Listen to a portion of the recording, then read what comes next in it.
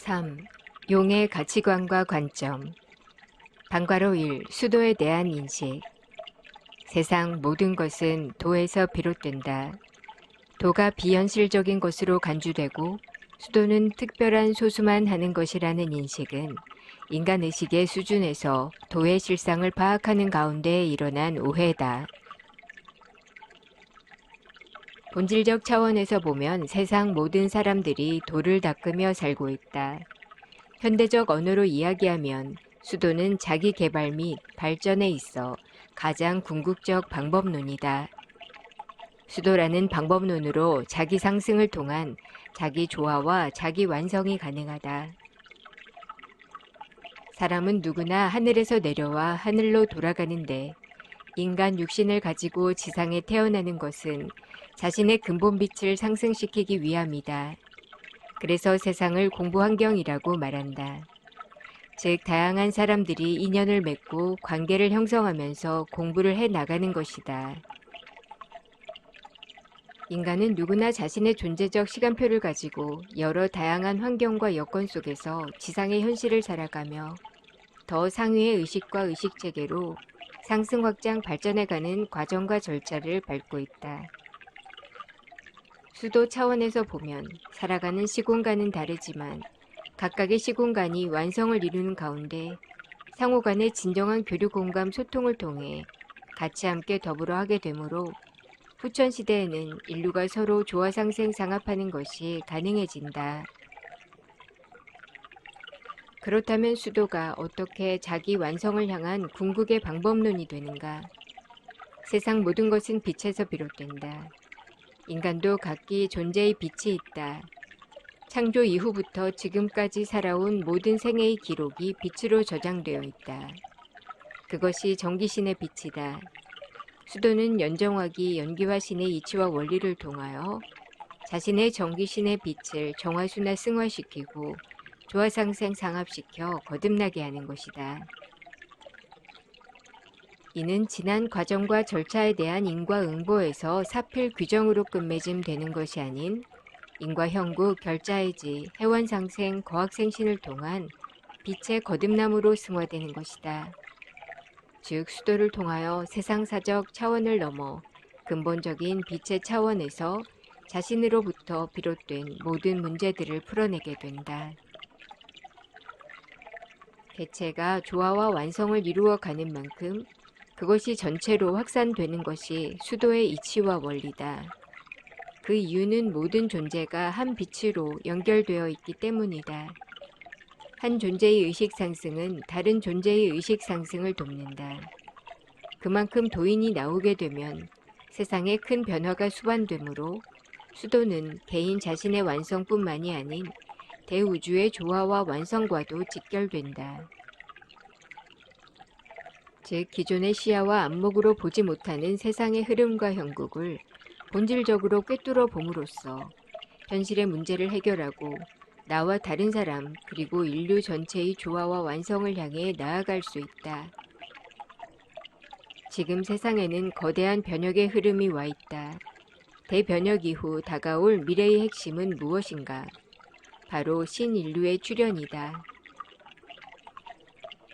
현재 모든 제도와 법칙, 시스템의 부조화가 드러나고 있다. 이러한 과정과 절차에서 인류는 인간을 인간답게 하고 더 나아가 인간이 어디로 가야 하는지를 성찰하고 탐구하게 된다. 즉 인간의 본과 정체성을 찾을 수밖에 없는 시대로 접어든다. 수도는 그러한 시대를 여는 실체적 방법론이다. 과거에는 도를 닦기 위해 산으로 들어갔다. 세상 속에서 수도를 하기 어려웠기 때문에 산으로 갈 수밖에 없었다. 설사 세상 안에서 도를 닦았다 해도 세상사에 관심을 가지는 것은 도인의 모습이 아니라고 생각했기 때문에 현실과 동떨어진 삶을 살았다. 원래 세상은 도에서 비롯된 것인데 그간 하늘과 지상이 나누어지고 삶과 수도가 분리되다 보니 도가 외면당하거나 비현실적인 것으로만 여겨졌던 것이다. 그러나 이제는 과거처럼 세상과 동떨어진 삶을 산다거나 신선처럼 기행을 하면서 도를 닦는 시대가 아니다. 말 그대로 생활 속의 도를 가장 현실적, 구체적, 실질적으로 적용, 실행, 구현하는 시대가 후천이다. 생활 속의 도라는 말에는 깊은 의미가 내재해 있다. 후천 시대에 도인들이 가야 할 길을 의미하며 세상과 분리되어 있던 도의 빛과 힘 가치가 다시 세상의 중심으로 자리하기 시작한다는 것을 의미한다.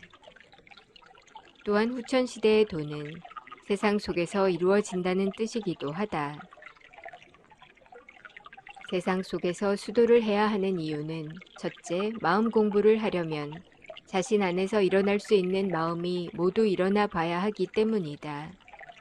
마음이 다채롭게 일어나기 위해서는 반드시 인간과 인간의 마음이 만나야 한다.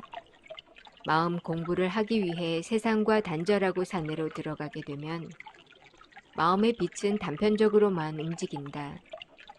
변화를 일으킬 수 있는 환경과 여건을 접할 기회가 매우 적기 때문이다. 산은 인간의 마음을 지니고 있지 않다. 따라서 인간의 삼육 칠정 중 특정 감정만이 일어날 가능성이 높다.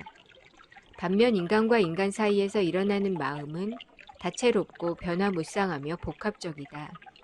그래서 사랑하는 사람에게 애틋함도 느껴보고 직장 상사와도 부딪혀보며 불의를 보면서 분노도 해보고 불우한 이웃을 보며 측은지심을 가지는 등 온갖 마음이 다 일어나 봐야 인간의 마음과 삼육칠정을 크고 깊고 넓게 이해할 수 있게 된다.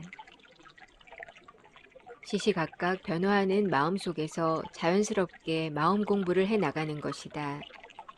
마음에서 비롯되는 수많은 감정들을 겪으면서 그것이 비롯된 최초의 마음을 역으로 찾아가는 과정과 절차가 마음 공부다.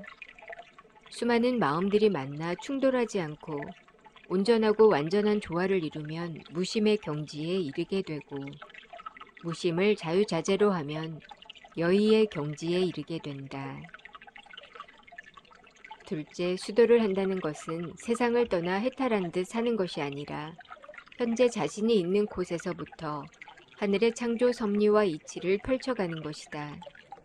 생활 속의 도라는 말에는 도인들이 주체 주도 자율적으로 행해야 할 성문도법, 광명대도, 도성구우, 광명철로, 조화광명, 조화선국의 길이 암시되어 있다.